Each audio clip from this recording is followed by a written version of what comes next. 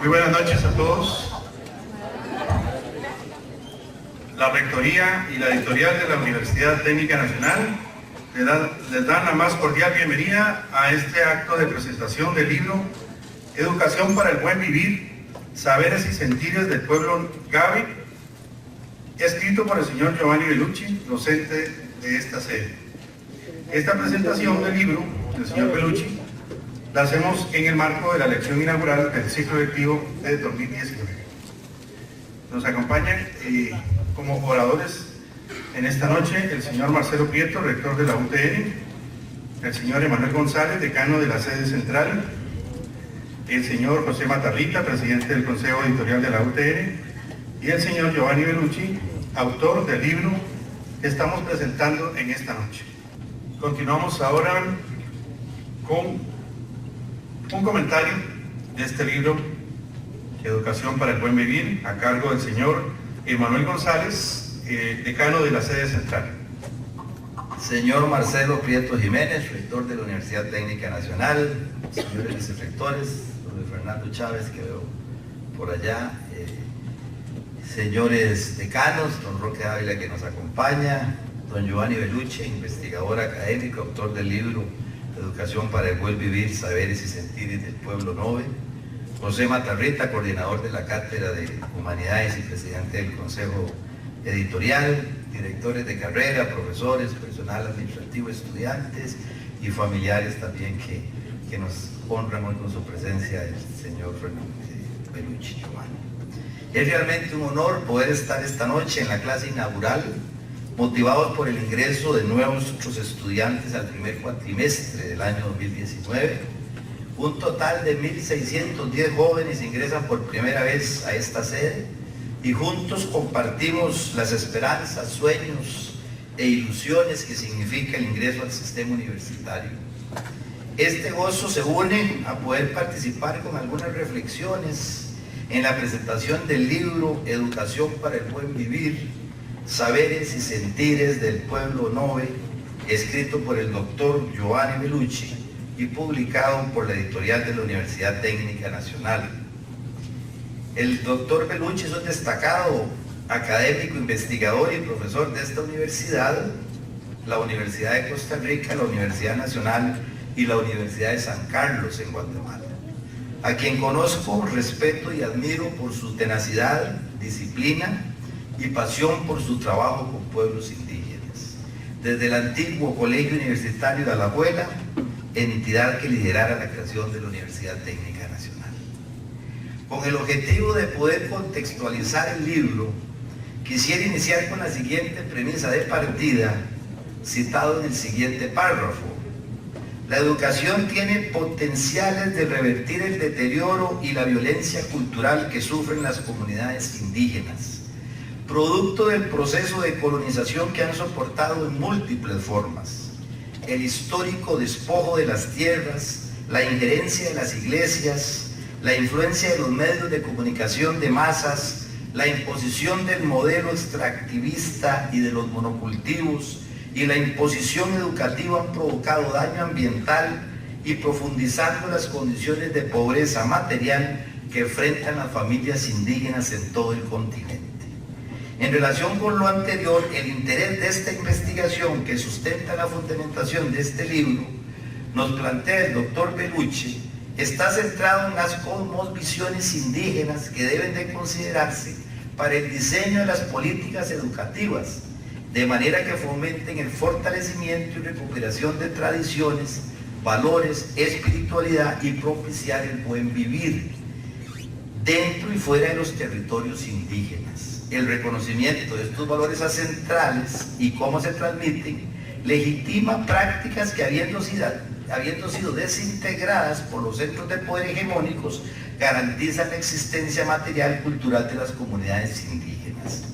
En esta obra, por consiguiente, se reflexiona acerca de cómo la educación puede ser determinante para fortalecer la relación que existe entre las cosmovisiones indígenas y la construcción del buen vivir, y cómo éstas inciden en las condiciones de vida, las formas de intercambio, la seguridad alimentaria, los usos y costumbres, las tradiciones y los valores que se tejen en las comunidades indígenas Novi. El Sumac, Buen Vivir, y Suma Camaña, Bien Vivir, se plantean como propuesta civilizatoria alternativa en construcción ante la crisis del prevaleciente modelo de acumulación capitalista que lleva al planeta al debacle ambiental y convierte al ser humano en mercancía.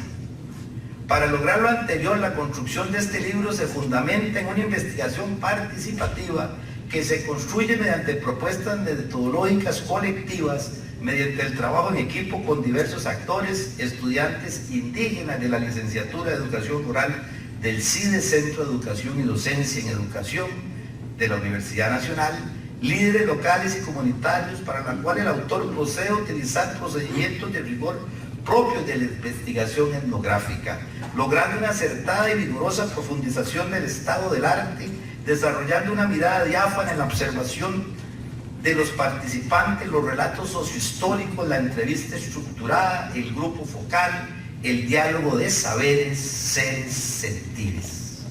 La especialidad de la investigación se desarrolló espacialidad en 4 territorios de los pueblos indígenas Novi: Casona, Alto de Conte, Abrojo, Montezuma y Las Vegas. En un territorio que habitan 3.171 como residentes permanentes, situado en 3 cantones de la provincia de Punta Arenas, Corredores, Cotobruz, en la zona sur del país, ubicado en un territorio ancestral que fue dividido por la frontera entre Panamá y Costa Rica, como muy bien nos lo explicaba el señor rector don Marcelo. Para el logro de los objetivos se consultaron 63 hombres y 40 mujeres, significativamente vinculadas con el sistema educativo, incluyendo una pasantía internacional en la comunidad Novi en Panamá, Universidad de Chiriquí, Facultad de Educación con la inclusión de jóvenes procedentes de las comarcas Novi Bugle, robusteciendo una identidad binacional. La investigación se alimenta de destacados autores que están elaborando producción académica, intelectual y comunitaria, destacándose Patricio Guerrero, Arturo Escobar, Guillermo Bonfil, Ricardo Lima, Ramón Gallegos, Ivonne Fará, Luciano Vasopollo, Francois Outar, Xavier Albó, Aníbal Quijano, Eduardo Budinas, Fernando Huacacumi, entre otros. Precisamente en el capítulo 2, denominado Cultura y Cosmovisiones Indígenas, se plantea una serie de concepciones que se abordan desde un enfoque teórico y metodológico, con el que nos adentramos en el tema de la cultura y de los contactos que establecen entre los diferentes grupos étnicos, considerando un continente multicultural en donde se hablan decenas de idiomas y en el cual el Estado ha empezado a reconocer su carácter multiétnico, pluricultural y plurinacional. Desde esa mirada, la cultura constituye un universo simbólico de significados comunes que una comunidad comparte. La forma como una comunidad se autopercibe se basa en una serie de construcciones elaboradas sobre sí mismas que constituyen su identidad, mientras que la cultura refiere a los significados. La sociedad está constituida por estructuras que determinan prácticas sociales, relaciones de dominación y negociación en las que hay grupos con hegemonía y grupos subalternos. Una persona pertenece a diferentes grupos sociales y por lo tanto comparte diversas identidades que eventualmente pueden entrar en tensión. Para efectos de esta investigación, se asume como definición de cosmovisión el sistema de creencias que orientan la manera de construir la vida individual y colectiva, manteniendo rasgos como creencias, valores, cultura a la hora de actuar, sentir, pensar, vivir, convivir.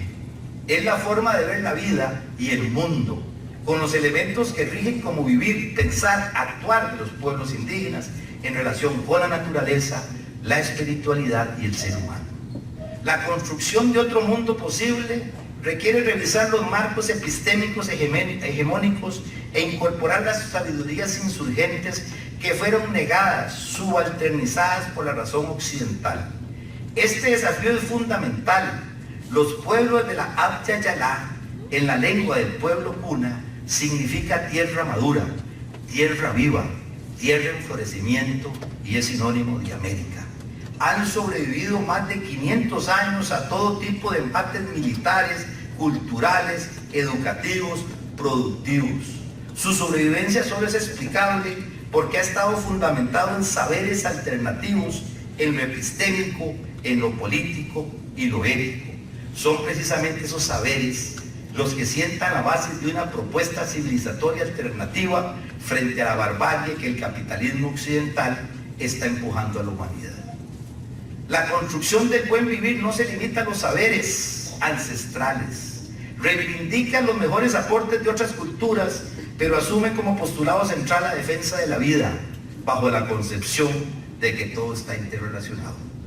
El buen vivir es crítico del capitalismo y del socialismo real, va más allá de la resistencia y avanza hacia el diseño de propuestas decoloniales fundamentadas en el pensar y en el sentir, desde la sabiduría apresurada durante generaciones. Esta construcción de fundamentos teóricos y metodológicos alternativos desde las epistemologías del sur, que orientan hacia las transformaciones políticas que los pueblos de la Abya no solo reclaman, sino que tejen cada día. Este es el reto a vencer ante la invisibilización, el desprecio, el desarraigo, la negación y la pérdida de identidad por reconocer el origen de nuestros ancestros, en que los estados hegemónicos eurocentristas han infiltrado nuestra cotidianidad en el desarrollo de nuestras políticas económicas, sociales, educativas y ambientales. En el capítulo 3, el libro nos plantea los desafíos de la educación indígena, principalmente la necesidad de su continuidad histórica, desde las cosmovisiones indígenas, promulgando un enfoque biocéntrico, fortaleciendo el diálogo de seres y saberes, revitalizando la cultura mediante un sistema educativo que potencie el papel de los niños, niñas, jóvenes, abuelos. Una educación que ayude a erradicar la mirada folclórica sobre los pueblos indígenas, fomente el respeto a la diversidad, la equidad y la solidaridad. Una educación como una práctica para la libertad requiere de docentes comprometidos, investigadores y sólidos en metodologías de mediación pedagógica, constituyendo una herramienta para construir el buen vivir. Además necesita ser cultural, intercultural, inclusiva, como bien ineludible para romper los estereotipos racistas heredados por el colonialismo humanista y holística.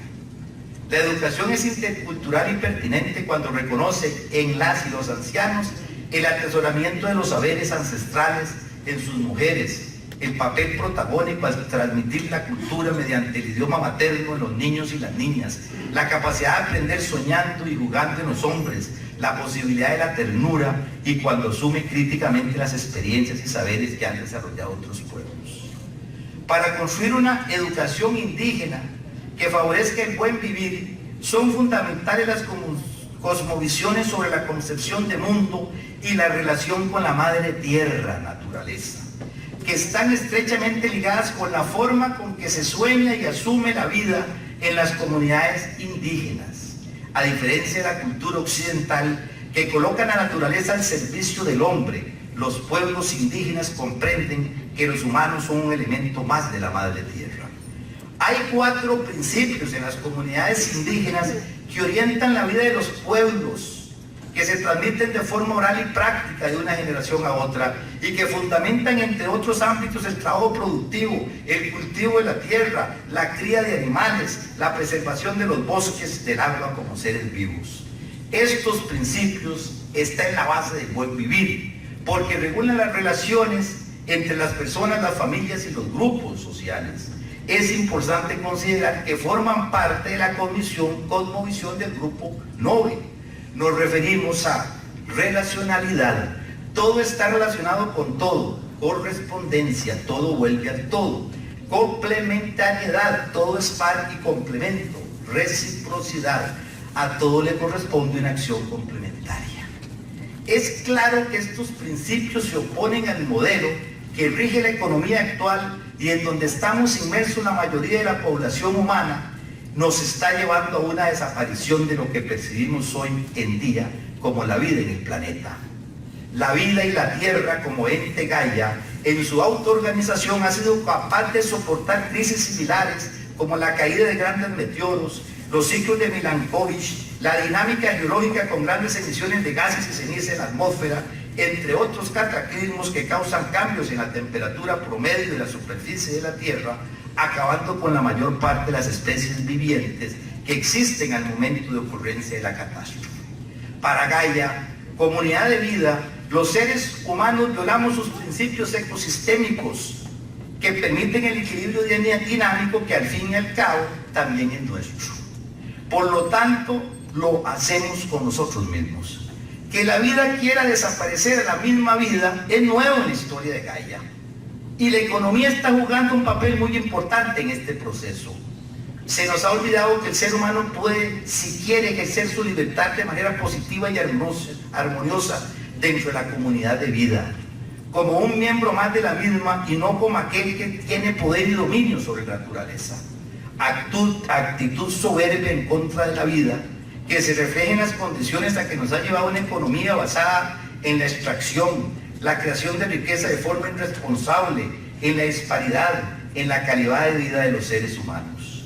Este antropocentrismo que ha caracterizado el accionar de los seres humanos es contrario al principio de organismo viviente que es nuestra casa común. Al contar con un patrimonio natural limitado, con recursos finitos y no todos renovables. Y si le adicionamos una población que supera actualmente los 7.600 millones de Homo sapiens, nuestro accionar debe considerar que las formas en que se utilizan y distribuyen los mismos no han de seguir patrones de consumo sin límites, sin que exista un compromiso para que las futuras generaciones puedan disfrutar en paridad de condiciones nuestro hogar, al igual que la descendencia que nos antecedió. Desde la antigüedad, la imagen de la tierra como un organismo vivo femenino, madre nutriente, se dio como un freno cultural que restringió las acciones de los seres humanos.